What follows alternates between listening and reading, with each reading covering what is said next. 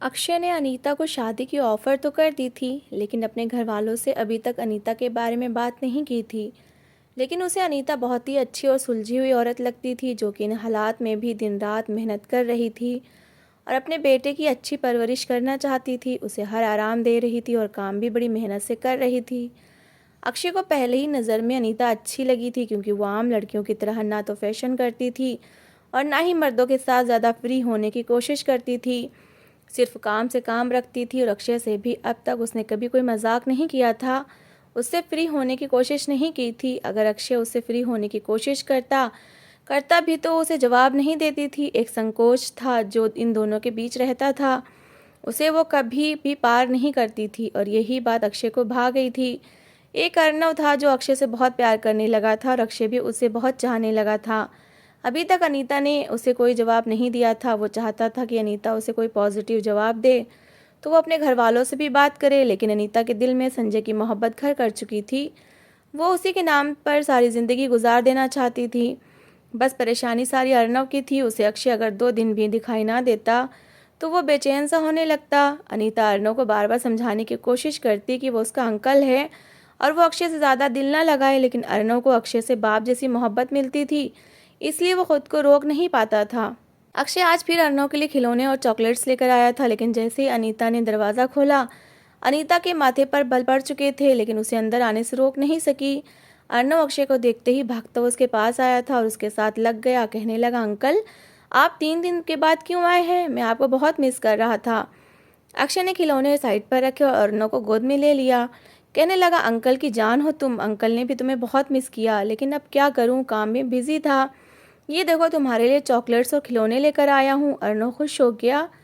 बड़े हक से वो अक्षय की गोद में बैठता था। अनीता ने इस बार अक्षय को चाय तक नहीं पूछी थी, अपने कमरे में ही बैठी रही। वो बहुत परेशान थी, क्योंकि अक्षय चाहता था कि उसके लिए कठिन था। 2-3 घंटे अक्षय अर्णव के साथ लाउंज में बैठा रहा, लेकिन एक बार भी अनीता ने आकर उसे चाय पानी तक का नहीं पूछा था और कारण वो जानता था, इसलिए खुद किचन में चला गया। अर्णव से कहने लगा, आज अंकल तुम्हें अपने हाथ से मैगी बनाकर खिलाएंगे। अर्णव खुश हो गया। अक्षय ने मैगी बनाई और फिर अर्णव से कहने लगा, जाओ अपनी मम्मा से कहो वो भी मैगी खा लें। अर्णव अनीता के कमरे में गया। कहने लगा, मम्मा चलो ना, अंकल ने मैगी बनाई है, साथ में मिलकर खाते हैं। अनीता के लाख मना करने पर भी वो उसे बाहर ले आया। अनीता अक्षय की नज़रों से उलझन का शिकार हो रही थी। अर्णव अक्षय के साथ बैठ गया। अक्षय खाने के समय भी अनीता के माथे पर पड़े बल देख रहा था। फिर अर्णव से कहने लगा, आप अपने खिलौने से खेलो, मुझे आपकी मम्मा से बात करनी है। अर्णव अपने खिलौने से खेलने लगा। अक्षय ने गहरी सांस ली। कहने लगा, अनीता आपने मेरी बात का जवाब नहीं दिया। वो कहने लगी, मैं आपसे कह चुकी हूँ कि मैं ऐसा कुछ नहीं चाहती, आप प्लीज़ मेरे बेटे से दूर रहा करें। वो कहने लगा, आपके इनकार की वजह जान सकता हूँ? क्या बुराई है मुझ में? शराबी नहीं हूँ, किसी तरह का नशा नहीं करता, कमाता भी अच्छा हूँ, औरतों की भी बहुत रिस्पेक्ट करता हूँ और आपकी रिस्पेक्ट मेरे दिल में कितनी है मैं आपको बता भी नहीं सकता। मुझे ये भी तो पता चले कि मुझे रिजेक्ट क्यों किया गया है, मुझ में बुराई क्या है? अनीता कहने लगी, आप में कोई बुराई नहीं, लेकिन मैं अपने पति के नाम पर सारी ज़िंदगी जीना चाहती हूँ। वो कहने लगा, समाज ने आपको अधिकार दिया है अनीता कि आप दूसरी शादी कर सकती हैं। अनीता कहने लगी, आपने क्या अपनी फैमिली से पूछा है? क्या वो आपको एक विधवा से शादी की परमिशन देंगे? इस सवाल पर अक्षय कुछ देर चुप सा हो गया था। फिर कहने लगा, मैं आपके जवाब का इंतज़ार करूंगा, अगर आप हाँ कर दे तो मैं आज ही अपनी माँ से बात कर लूँगा। अनीता कहने लगी, वो आपके लिए किसी विधवा औरत को कभी पसंद नहीं करेंगी अक्षय, कोई भी माँ ऐसा नहीं चाहती। हमारे समाज में विधवा से शादी सिर्फ वही करते हैं जिनकी पत्नियां मर चुकी हों या वो खुद बहुत उम्र के हो चुके हों और उन्हें संभालने वाला कोई ना हो। कोई कुंवारा इंसान अपने लिए विधवा औरत का चुनाव नहीं करता। अगर कर भी ले तो उसकी फैमिली उसे अनुमति नहीं देती। इसलिए ठीक यही है, ना आप खुद को मुश्किल में डालें ना मुझे, और प्लीज़ मेरे बच्चे से दूर रहें, इसे अपना आदी मत बनाइए। सुनकर अक्षय परेशान हो गया था, सोच में पड़ गया था।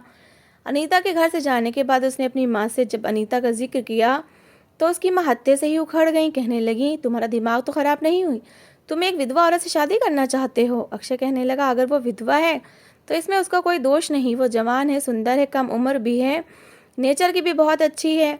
माँ, उसमें वो अच्छाई है जो कि मैं अपनी वाइफ में देखना चाहता हूँ। उसकी माँ गुस्से से उसे घूरने लगी। कहने लगी, एक बच्चे की माँ है वो। अक्षय कहने लगा, तो क्या हुआ, इसमें ना तो उसका कसूर है ना उस बच्चे का। अगर उसके पति की दुर्घटनावश मौत हो गई तो इसमें वो कहाँ दोषी है? अक्षय की माँ कहने लगी, लेकिन ये समाज हमें जीने नहीं देगा। तुम्हें क्या लगता है ये सब आसान होता है? लोग मुझसे सौ सौ सवाल करेंगे कि तुम्हारे बेटे में ऐसी भी कौन सी कमी थी जो तुम एक विधवा लड़की को बहू बनाकर ले आई हो। ऐसी लड़कियों से शादी ज़्यादातर शादीशुदा लोग ही करते हैं, जिनकी पत्नियां मर चुकी हों, या वो कुंवारे मर्द जो कम कमाते हैं और विधवा औरत अच्छी खासी पैसे वाली हो और उससे सपोर्ट कर सके। अक्षय, तुम्हें किस चीज़ की कमी है? तुम बिल्कुल ठीक ठाक हो, सुंदर हो, हैंडसम हो, अच्छा कमाते हो। तुम तो जिस सुंदर लड़की की तरफ इशारा करो उसके घर वाले हंस कर तुम्हें रिश्ता दे देंगे, और तुम एक विधवा के पीछे पड़े हो। अक्षय कहने लगा, माँ आपको क्या हो गया है?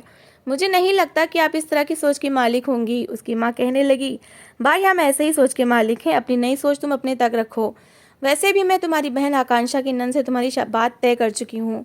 अच्छी खासी सुंदर पढ़ी लिखी है और आकांक्षा के ससुराल वाले भी तुम्हें बहुत पसंद करते हैं।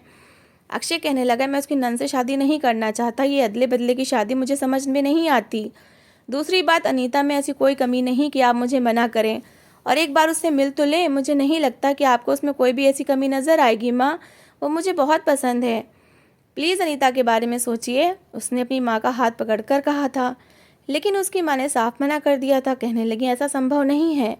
अक्षय उठकर खड़ा हो गया और कहने लगा, माँ मेरा भी आखिरी फैसला है, शादी करूँगा तो अनीता से करूँगा। ये कहकर वो अपने कमरे में चला गया। अक्षय की माँ बहुत परेशान थी।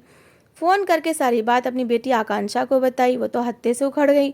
कहने लगी, माँ क्या ये मुझे ससुराल में बेइज्जत करवाना चाहता है? क्या सोचेंगे सब लोग? ऐसे भी कौन से इसके भाई में कमी थी कि उसने एक विधवा लड़की से शादी कर ली और ऊपर से उसका बच्चा भी संभालेगा? क्या ये पागल है? इसका दिमाग खराब हो गया है। माँ मुझे तो लगता है उस लड़की ने इस पर कोई जादू टोना कर दिया है। भला अक्षय ऐसा क्यों करेगा? आकांक्षा की बात सुनकर उसकी माँ कहने लगी, मुझे भी यही लगता है। कहाँ वो लड़की इंडिया में छोटा सा बुटीक चलाती थी और कहाँ अक्षय उसे उठाकर यहाँ ले आया दुबई में। चलो यहाँ तक तो बात ठीक थी, उसे फाइनेंशियल सपोर्ट करने लगा, ये भी मैंने बर्दाश्त कर लिया। लेकिन अब ये क्या, उसे बहू बनाकर मैं अपने सर पर बिठा लूँ और उसके बेटे को भी? अरे मैं क्यों किसी का बच्चा पालने लगी? आकांक्षा कहने लगी, माँ आपको पता है यहाँ पर मेरे ससुराल में सबको यही लगता है कि कुछ दिन में आप अक्षय का रिश्ता मेरी नंद के लिए लेने आ रही हैं। सब लोग इतने खुश हैं और इस खबर से आपको पता है कि मेरी कितनी बेइज्जती हो जाएगी। आशीष मुझे अपनी पलकों पर बिठाते हैं, अगर उनकी बहन का रिश्ता अक्षय से हो गया तो मुझे अपने सर पर बिठाएंगे। आपको पता है ना आशीष अक्षय को कितना पसंद करते हैं। और एक ये है, अजीब बेवकूफ़ों वाला फैसला कर रहा है। अगर अपने बारे में नहीं सोच सकता तो हमारे बारे में तो सोचे। हमारे समाज में कितनी इज्जत है और इसका ये फैसला हमें बेइज्जत करके रख देगा। आपको पता है 100 बातें सुननी पड़ेंगी हम माँ बेटी को कि भाई में ऐसे भी कौन सी कमी थी कि विधवा को पत्नी बनाकर घर ले आया है।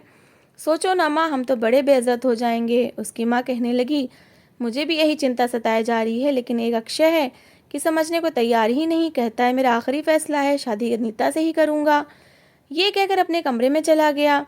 आकांक्षा कहने लगी, ज़रूर उस लड़की ने इसको पट्टियाँ पढ़ाई हैं। शर्म नहीं आती आजकल की विधवा औरतों को भी कैसे मर्दों को रिझाना जानती हैं।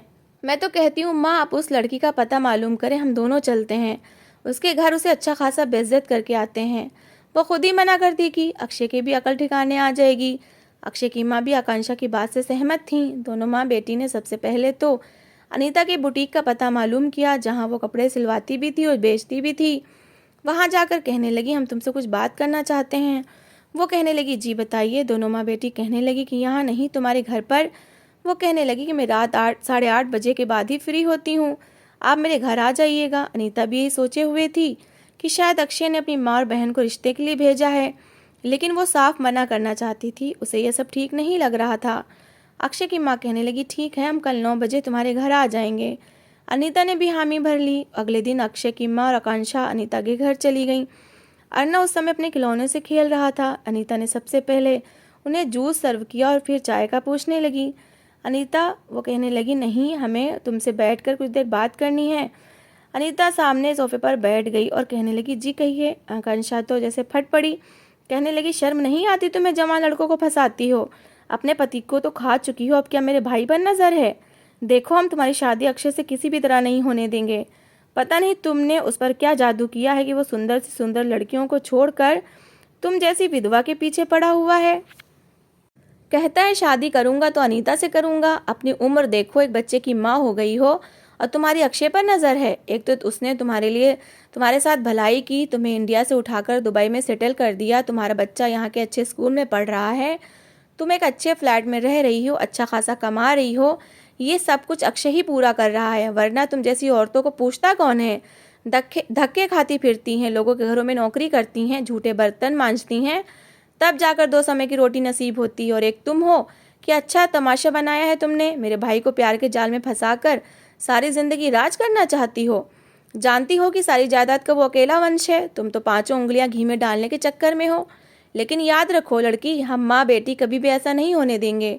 अनीता उनकी बातें सुनकर जितना भी हैरान होती उतना कम था। उसकी आंखों से टिप टिप आंसू बहने लगे।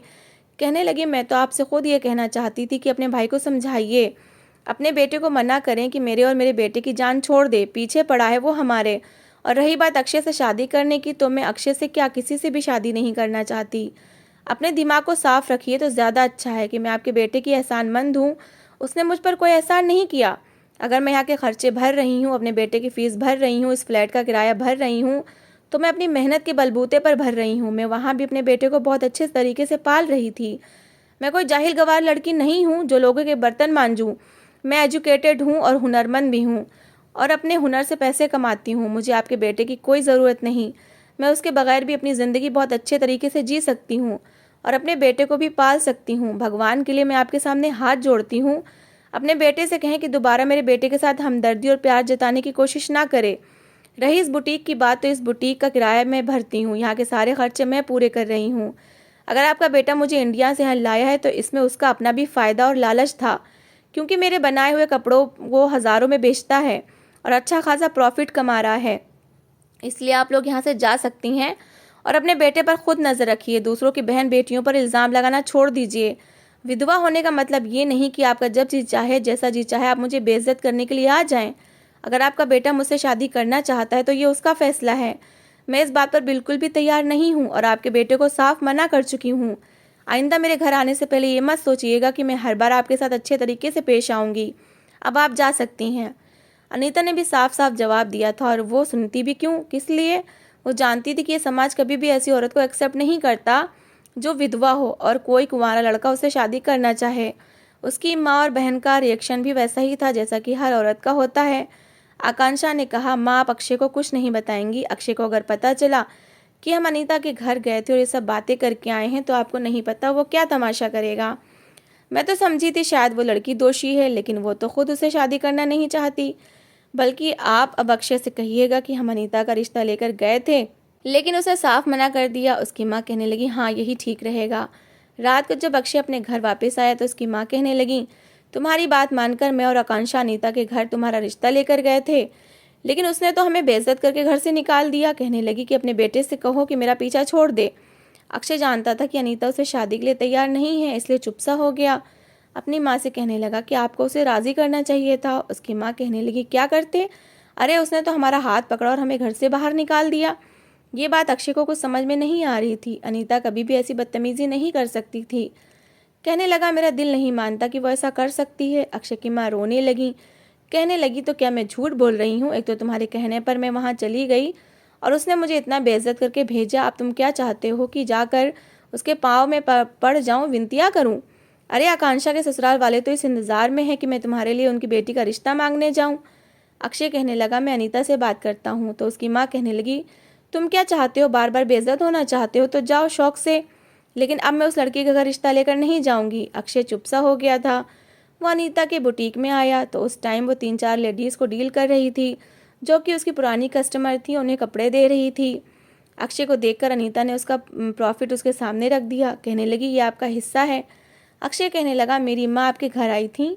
ये सुनकर अनीता ने उसे तीखी नज़रों से देखा था। कहने लगी, मैंने आपसे पहले भी मना किया था कि आप ऐसा कोई भी कदम ना उठाएं, लेकिन शायद आप लोगों को आदत है, समझते हैं कि विधवा है तो बेसहारा है, जैसे चाहे इसे बेइज्जत करते रहें।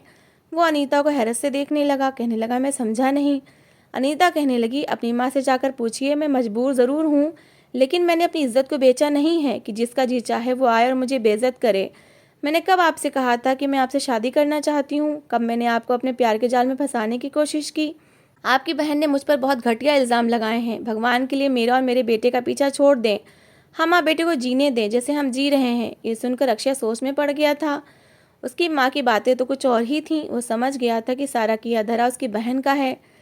कहने लगा, अनीता, भगवान के लिए मेरा विश्वास करो, मैं नहीं जानता था कि मेरी बहन ने आपका दिल दुखाया है। मेरी माँ ने तो मुझे कुछ और ही बताया था, लेकिन आप प्लीज़ मेरे पर गुस्सा ना हो। मैं सिर्फ अर्नव के लिए ऐसा चाहता हूँ। बेशक आप मुझे दिलो जान से प्यारी हैं, मैं आपकी बहुत इज्जत करता हूँ, लेकिन अर्नव मुझसे बहुत प्यार करता है और सच पूछिए तो मैं भी उसे बहुत चाहता हूँ। आप चाह कर भी उसे बाप का प्यार नहीं दे सकती, वो प्यार जो वो मुझ में ढूंढता है। आप अपने लिए ना सही, अर्नव के लिए सोचिए। बाकी रह गई मेरी बहन और मेरी माँ की बात, तो उन्हें तो मैं खुद संभाल लूँगा। आइंदा वो आपसे कभी बदतमीज़ी नहीं करेंगी। अपने घर जाकर अक्षय ने अपनी माँ से कहा कि आपने मुझसे झूठ क्यों बोला? मुझे आपसे ये उम्मीद नहीं थी। आप एक विधवा होकर एक विधवा औरत को इतना जलील और बेइज्जत करके आ रही हैं। आपको शर्म नहीं आई? हो सकता है कल को ये समय आकांक्षा दीदी पर भी आ जाए तो? ये सुनकर उसकी माँ का दिल पर हाथ गया था। कहने लगी, तुम्हें शर्म नहीं आती? ऐसी बात करते हुए वो कहने लगा, समय तो किसी पर भी आ सकता है। तो क्या आप चाहेंगी कि जो व्यवहार आपने अनीता के साथ किया वैसा ही व्यवहार आकांक्षा के साथ किया जाए? भगवान के लिए किसी मजबूर इंसान की बद्दुआ ना लें जो कल को आप पर भारी पड़े।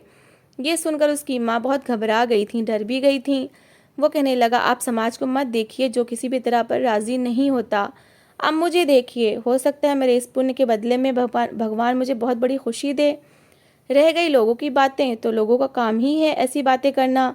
अक्षय की माँ रोने लगी, फिर अनीता के घर गई, उससे हाथ जोड़कर माफ़ी मांगने लगी। जो व्यवहार उसने और उसकी बेटी ने अनीता के साथ किया वो बहुत गलत था और अब अपनी खुशी से उसे अपनी बहू बनाना चाहती हैं। अनीता ने भी हाँ कर दी थी, क्योंकि उसे भी लगने लगा था कि अर्नव बाप के प्यार के लिए तरस रहा है और ये प्यार उसे सिर्फ अक्षय ही दे सकता है। तो उसे मजबूरन ही सही मगर अक्षय से शादी करनी पड़ी। अर्नव बहुत खुश था क्योंकि उसे बाप का प्यार मिल गया था। धीरे धीरे अनीता के दिल में भी अक्षय के लिए प्यार पैदा होने लगा, क्योंकि वो उसका बहुत ख्याल रखता था। अक्षय के बिजनेस में दिन दोगुनी रात चौगुनी तरक्की होने लगी। अनीता ने बहुत जल्द अपने स्वभाव से अक्षय की माँ का भी दिल जीत लिया था और वो भी उसे बेटियों की तरह चाहने लगी थी। जिंदगी में खुशियाँ फिर से लौट आई थीं। काश कि हर इंसान अक्षय जैसी सोच रखे और विधवा को अपनाने से पहले उन्हें समाज की नज़र से ना देखे बल्कि पुण्य की नज़र से देखे। विधवा भी इंसान ही होती हैं कि जिनके पति की मृत्यु हो जाए तो उनके अंदर की फीलिंग्स मर नहीं जाती, मजबूरन उन्हें सब्र और बर्दाश्त करना पड़ता है, क्योंकि उन्हें अच्छे से पता होता है कि जब उन्हें सारी खुशियाँ नहीं मिल सकती, अपनी फीलिंग को मारना पड़ता है। जवानी में विधवा हुई औरतों के लिए ये बहुत बड़ी बात होती है। तो मेरा आप मर्दों से यही निवेदन है कि प्लीज़ शादी करने से पहले एक बार उन विधवाओं के बारे में ज़रूर सोचें जो जवानी में भी विधवा हो गई हैं। आपको बहुत पुण्य मिलेगा और उस विधवा को सहारा।